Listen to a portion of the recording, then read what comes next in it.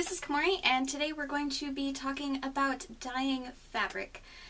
With cosplay, one of the problems you may run into is finding the perfect fabric. Because the character designs are so unique, sometimes it's almost impossible to find the perfect fabric.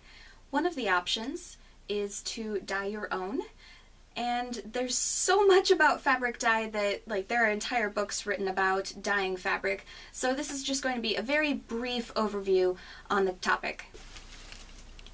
The two most commonly found types of dye are liquid and powder.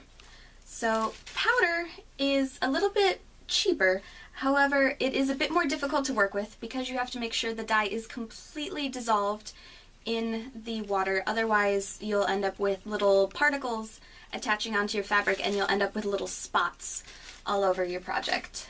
That is why my personal preference is liquid dye, because it is a lot easier to mix and it's a lot easier to get an even dye job, even though it is a little bit more expensive. Before you begin the dyeing process, it is a good idea to wash your fabric.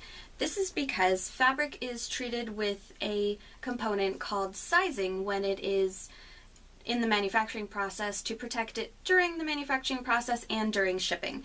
And there runs the risk of the sizing interacting with the dye, so you want to try and remove it from the fabric before you start the dyeing process. The fiber content of your fabric changes how the dye process is going to go. So you want to make sure to check the back of your bottle or package for what type of dyeing process is recommended. For some materials, you may have to add salt to your dye and water mixture, and for some materials you may have to use a vinegar water and dye mixture. Dyes tend to work best on natural materials, especially cotton works very well with dyeing. For materials like polyester or other synthetic fabrics, you're going to have to get a dye specifically for dyeing synthetic materials such as iDye poly. It is always a good idea to stir your dye throughout the entire dyeing process. This is because you want to make sure that your fabric is completely exposed to the dye. If you have the material just kind of crumpled into the bucket or pot or whatever you're using, the dye may not penetrate through all the layers of fabric and you'll end up with that kind of splotchy tie-dye look to the material. One thing to also keep in mind is that the longer the material is in the dye, the darker it will get, but when you rinse the fabric after you're done with the dyeing process, you will lose some of that pigment, so the fabric will end up being a bit lighter than it looks while in the dye. If you are unsure how well the fabric is going to respond to the dye, take a little swatch of fabric and test that first so you don't end up accidentally ruining your fabric.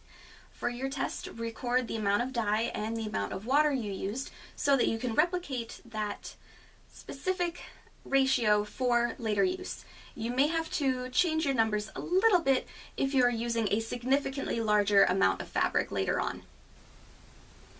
After you're done with the dye bath, it's time to remove the excess dye from the fabric.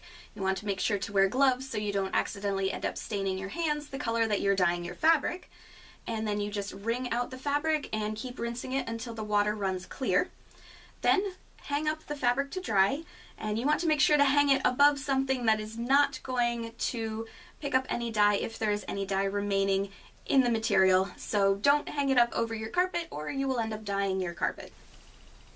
Personally, I like washing the fabric one more time after rinsing it, just to make sure to get any more dye out of it.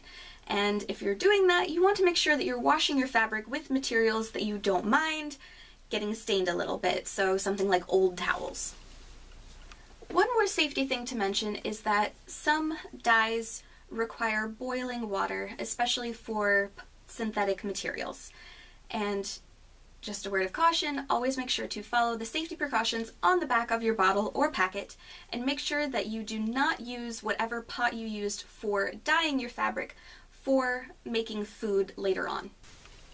And those were some tips on how to dye fabric. If you have any other suggestions for any video topics you would like to see me talk about, let me know in the comments below. For more cosplay tutorials, please subscribe, and thank you very much for watching. Bye!